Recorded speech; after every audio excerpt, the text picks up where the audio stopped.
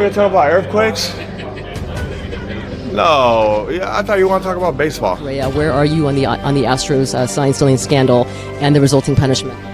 I wasn't going to be answering no Astros questions today. That's right, Rook.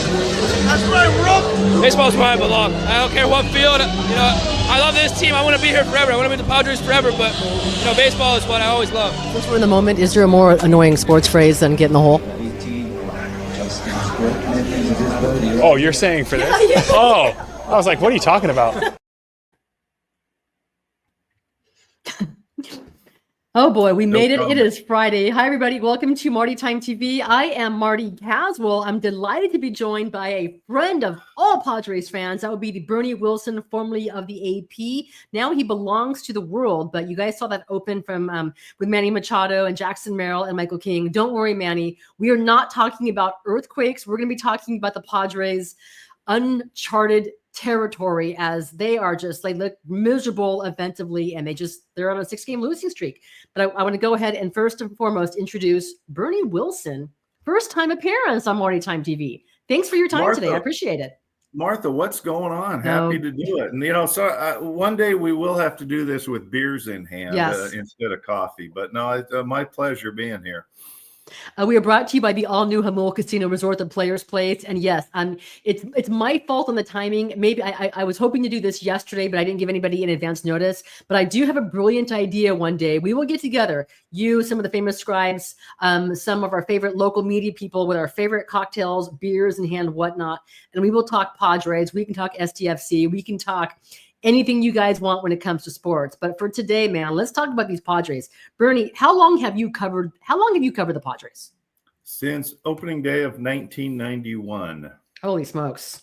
So I've seen a lot of bad baseball. How do you make sense of what we're seeing right now? Like I realize all teams go through slumps. You have ups and downs. I know, what was the term that Mike Shildt used? I think it was last year. The roller coaster of the season, the ups and downs. But what is happening with this Padres team? I mean, how come they look terrible offensively? A couple of quick thoughts, Martha. What's going on? There we go. Now it's an official show. Sorry, I couldn't resist that. That would be a great idea to have all the scribes sitting around, and maybe you could bring Norv Turner so we could get a few more, yucks and giggles going on. So, but anyway, as the late great Tony Gwynn would say so often, hey, we're the Pods. And they're not exactly in uncharted territories, maybe in the Shildt regime, but we've seen some really bad ball here over the years. And I know it'd be hard to dig up, specifics of another stretch, but there have been some really bad stretches. And the thing about at least this Padres ball squad that I've noticed, once I pry myself away from the soft serve machine at Petco, or when I'm watching from home, the hazy IPA in the fridge, they just seem to do things in extremes. Yeah. It's, there was a Stones documentary 20 years ago, and Keith Richards said he always tells the band, wait for me to F up and then join in. They just, going back to the end of last season, 24 straight scoreless innings to get rolled out of the NLDS by the Dragon, whatever you want to call it. Then what they hit 30 some scoreless innings to open the season, or something not so like that. They're very streaky. Like if they either look like the best team in baseball, or they look like the worst team in baseball. I mean, it's just amazing when Go ahead. Yeah, they do it so well too. I mean, they just seem to thrive on remarkable meltdowns. The streak of no hits with runners in scoring position. They managed to do that over five straight games, and then extended it to 38, 39, going back to whatever the last game before I know people are tired of this, but I'm not, the Vetter Cup. It's just, and I'm sure we could find some other devastating stats, but they just do it so dramatically. And then they look terrible. They look lost. Supposedly it's the best coaching staff in the majors. And baseball's streaky. We've all seen it. But this last stretch was particularly just amazing in how spectacularly awful, to what they got shut out 2 straight games, including 14-0. And, and it just, it goes back to the Mariners series. They scored 3 runs at home. Yeah, granted, Seattle's good, but the Padres are supposed to be good too. And to lay an egg like that at home, it's, we're not sports psychologists. We're not well-paid assistant coaches, but whatever's going on. One other thought from the peanut gallery is, the only saving grace is the Dodgers lost, I got my stats, something like 5 of 9 as the Padres were going through their little El Stinko, including 4 straight where they got swept by the Angels, then lost the game against the Diamondbacks. No, they could be really buried. Yeah. If the Dodgers were clicking the way people expected them to be, I think the conversation is different. And the thing that kind of got me was after, and it wasn't just that they were slumping, that they were losing, right? Because all teams are going to lose. It's just that they couldn't do anything offensively, and they're healthy and they have their players back. This isn't a situation like, wow, they're waiting for Jackson Merrill to come back. They're waiting for Jake Cronenworth or Tatis to get that shoulder right, or Manny Machado was still recovering from his his surgery from 2 years ago. This team, by all accounts, is healthy. So I think the concern is they started out like they were on fire. They couldn't lose at home. They look like the best offensive team in baseball. And then they have these scoreless streaks where they can't do anything right. The Dodgers are getting their reinforcements. The Padres, their reinforcements are here, right? This is who they have. They're full. There are no excuses for what's going on. And this, I guess I saw a comment the other day that this is the team that a lot of people expected to see out of spring training, because there were a ton of questions when you get, rolled out of the playoffs like they did against the Dodgers, 24 straight scoreless innings. Right. That's really hard to do. There's a lot of hard things to do in baseball, but man, not scoring, especially the atmosphere at Petco Park, even though they, I still remember Game 4, everybody was going to say, hey, we'll see you on Sunday. It's like, yeah, if you come out to El Cajon, you'll see me, but not at Petco Park. Oh, boy. But yeah, there are no excuses. But again, I guess they're playing down to what a lot of people thought, because coming out of spring training, the rock star GM was desperately plugging holes with free agents, and Joe Musgrove, our former neighbor out here in beautiful Fletcher Hills, gone for the year after Tommy John. Yu Darvish hurt. Yeah, they were a big question mark, and all of a sudden they're the best team in baseball and whatnot. That's an ode to the late great Sean Burroughs. He said whatnot all the time. Did he? But yeah, no excuses, and I mean, in typical San Diego fashion, that people were patting them on the back yesterday for, they look better, they seem to try harder, and it's like, come on, this isn't Little League. I mean, they did break. They did get a hit with a runner in scoring position, right? And they showed some life. It's a little bit different. It's a little bit different showing life when there's a runner on second base, and they showed life because Jackson Merrill had a couple of hits, and Gavin Sheets had a career day, right? Two run homers and a. I mean. They owe Gavin Sheets an apology for wasting that offensive performance. Yeah, I don't do silver linings, as you know, so I'm taking nothing away from that, because I'm sorry. It's the Toronto Blue Jays. They're not facing an elite pitching staff. And yes, you're right.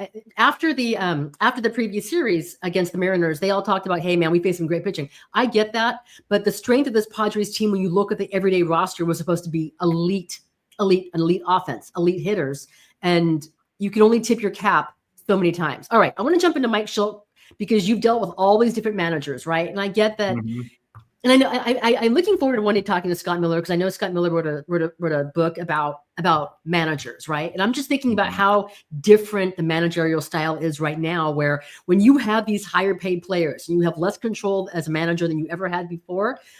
I imagine the way that you approach things and the way you say it. I'm not saying baby or coddle. Maybe you want to say that, but how you deal with it is different. Like Bob Melvin, he would say, this is embarrassing. This is unacceptable. He might call people out. Mike Shildt will never do that. They can get swept by the Rockies and they'll say, we weren't outplayed. What are you talking about?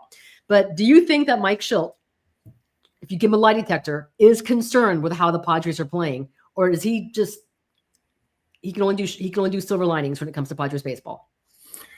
Oh, that'd be an interesting lie detector test, wouldn't it? Can you imagine doing a pay-per-view and, donating the funds to the homeless downtown or something like that? It'd make a lot of money. I know. I still don't know what to make of Shildt. I mean, I like him. I get along with him. Mm-hmm. I don't have to deal with him much because, well, the AP format, we don't have to. I'm a freelancer now for AP after retiring. We don't have to get post-game quotes, so I'm hardly ever downstairs. And last year, I was in the visiting clubhouse a lot because, focus on the winners. But this toxic positivity that Shildt has is really annoying. And I don't, the place where a manager should protect his players is on the field. If they get hosed by an ump or something, that he needs to go out and that temper tantrum he threw a couple weeks ago where he tossed his score sheet and then tossed his glasses. That was epic. That was one of the better I've seen. That's where you need to protect your players. You don't need to protect them in front of the media. You really don't. You sound, quite frankly, to use one of Marty Schottenheimer's favorite terms, you look dumb. You look weak. I mean, it's Major League Baseball. Yeah, it's probably hard, or you mentioned it, do these guys need pampered? Do they need babied? I think every once in a while they need to get kicked in the rear end. Melvin was that way. He would not mince words. And I just don't get how hard it would be for Shildt to say, we stink. We look like dog meat. We've got to do better. And if he really wants to protect his players, then say, but it's on me and my staff to figure out how to get them out of this. But it just seems ridiculous. I mean, I've seen little league coaches, high school coaches, college coaches dig into their guys a lot more than Shildt Dog does. So, but it's somewhat embarrassing to see that play out. What's going on with your boy Bebo? Well, if they wanted to pay me like they pay their hitting coaches, I'd come up with some great solutions. I don't know.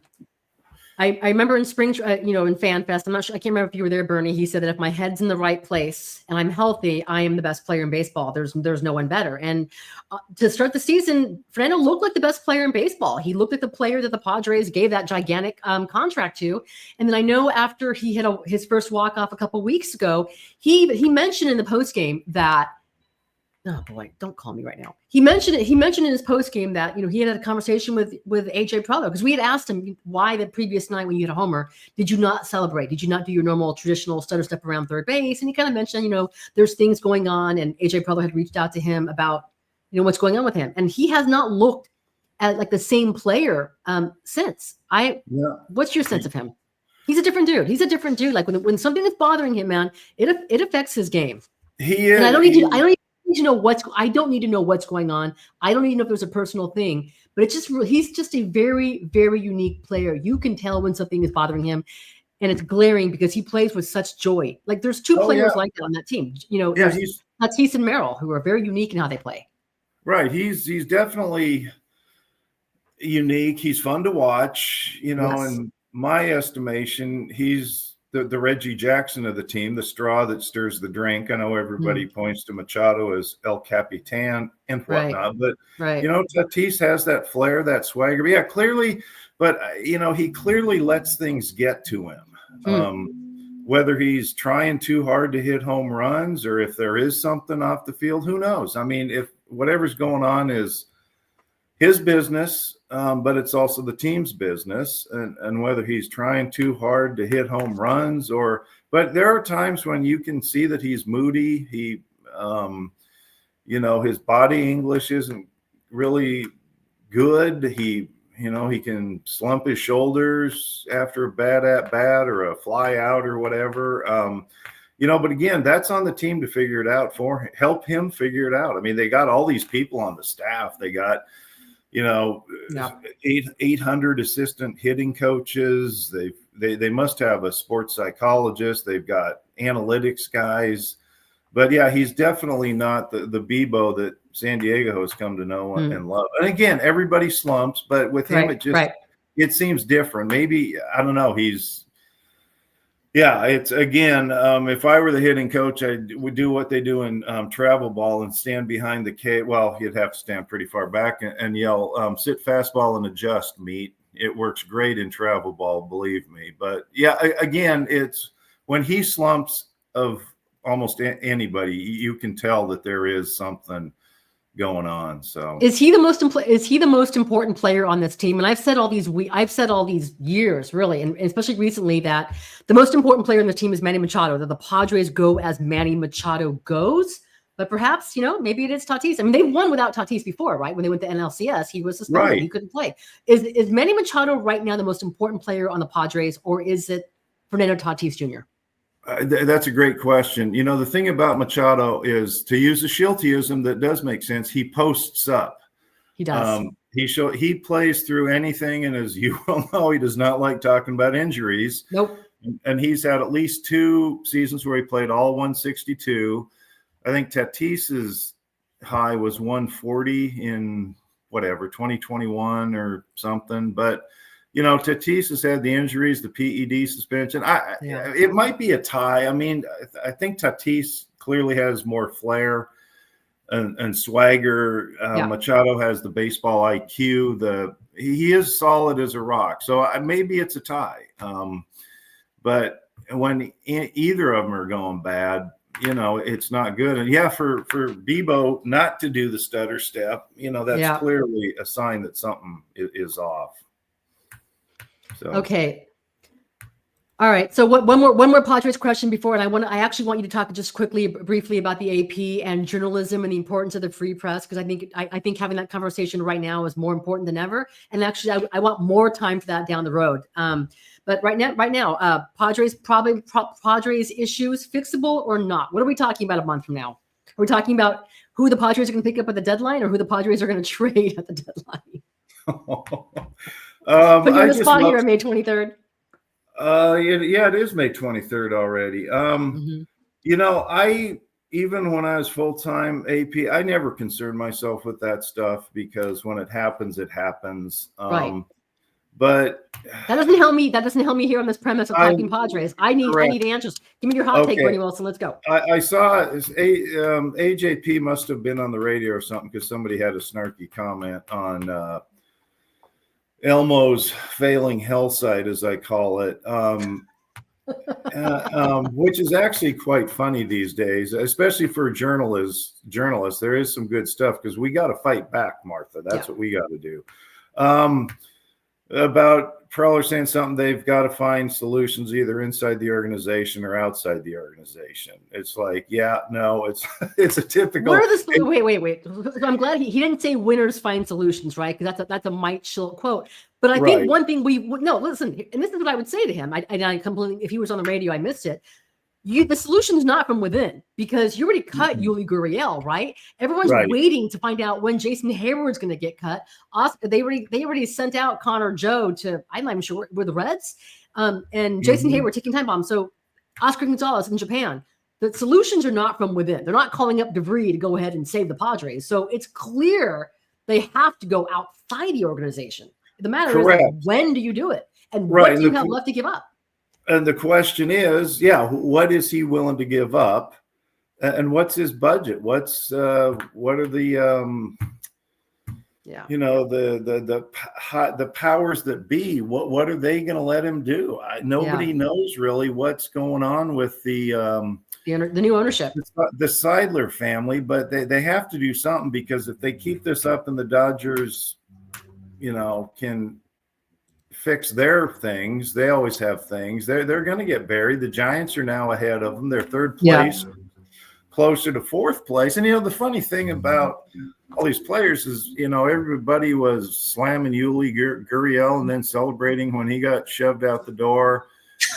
They praise Preller when he makes trades, acquisitions, but they never. Like Nick Pivetta was a good signing. Gavin Sheets has been a bargain. But the bench pieces have been a disaster so far. Oh yeah, absolutely. Just like last year, the bottom third of their lineup was spring training all the way. But the sycophants never pile on AJ for, when somebody gets shoved out the door, it's always like, so-and-so should be shot straight into the sun. Well, how about the guy who signed him or traded for him? That's what I find hilarious about this fan base. But yeah, I generally, I don't sit on Twitter all day making proposed trades and running everything through the trade calculator. Just like, remember that NFL draft day trade chart that was a big thing with a certain writer here years ago. But yeah, clearly they're going to have to do something outside of the organization.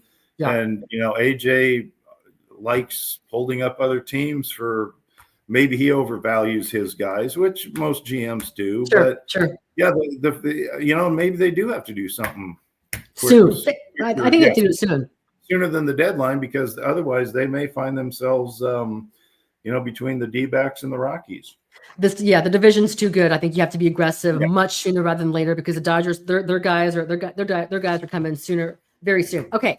I do want to make sure that I leave time for you, Bernie Wilson. I know you were the Associated Press all these years, and now you are freelancing. So it's great to go ahead and see you by the yogurt machine in the press box and the nacho cart and all that stuff. But if you can, and because I've seen you on Elmo's Hell site talking about the importance of free press, it's remarkable to me how much has changed in the past, let's say, year, especially even more so since November. But what do you want to say about the importance of the free press and why that matters for those who may not understand it? Well, there was a sign. My first full-time job, the publisher/editor had a sign in his office that said, "A good newspaper afflicts the comfortable and comforts the afflicted."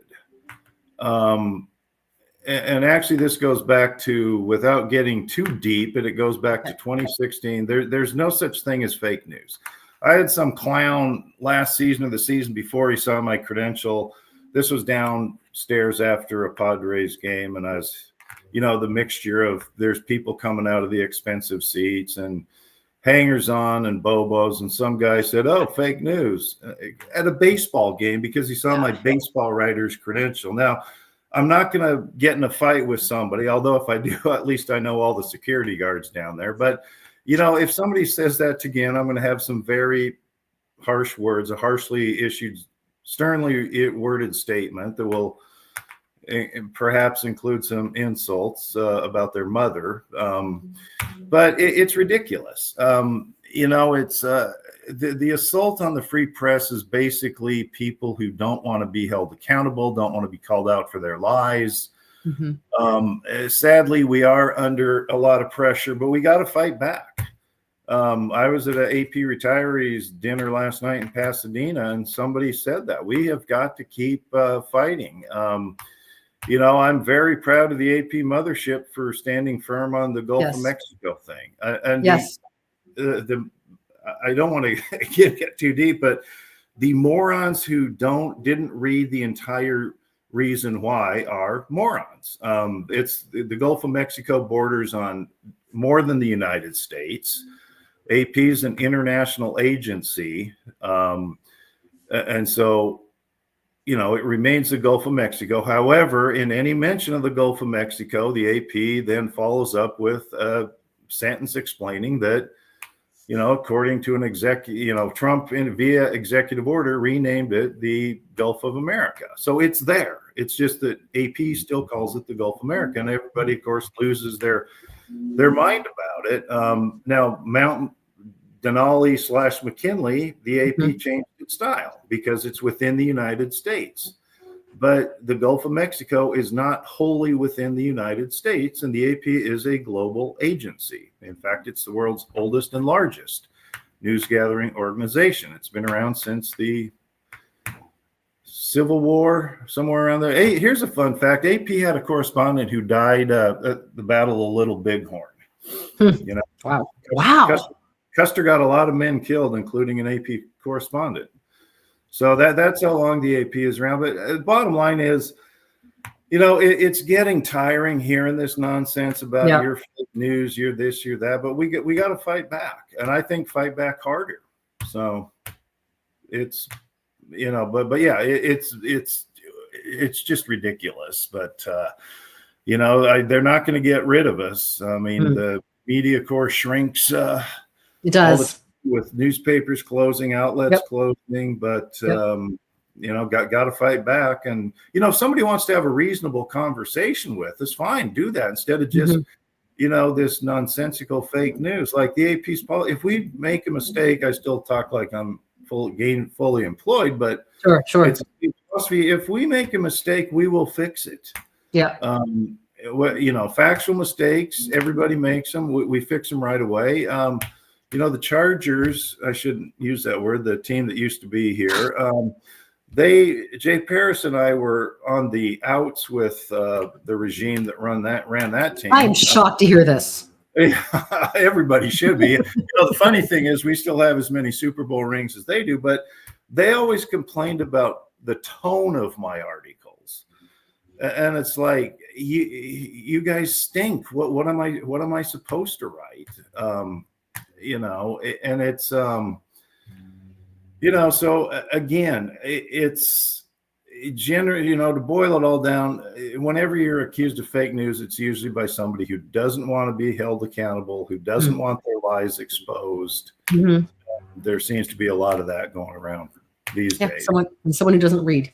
Bernie, I really appreciate it. And I do I do want to go ahead and I didn't mean to just only give you like 3 minutes to talk about the importance of the free press and news and how you deal with that now, because man, the media landscape has really, really changed. Back in the day, I used to go, I would get calls from a professor at San Diego State, and I would speak to his communication journalism class about, and this is when I was, working full time at the radio station, about my past and what it is to go ahead and cover sports teams. And right now, I wouldn't even know I'm not even sure how journalism is being taught at colleges and universities, because it's changed so much. So that's a conversation for another time. I really, really appreciate your time. I know you need to head down to Bar West. Wait, Bar West is closed in PB. I want you to know that. Man, so you can't, and SP, you guys can't swing your champagne bottles anymore, but there's other places. Oh man, I would love to be sitting right next to Crow down at Bar West and just letting it fly.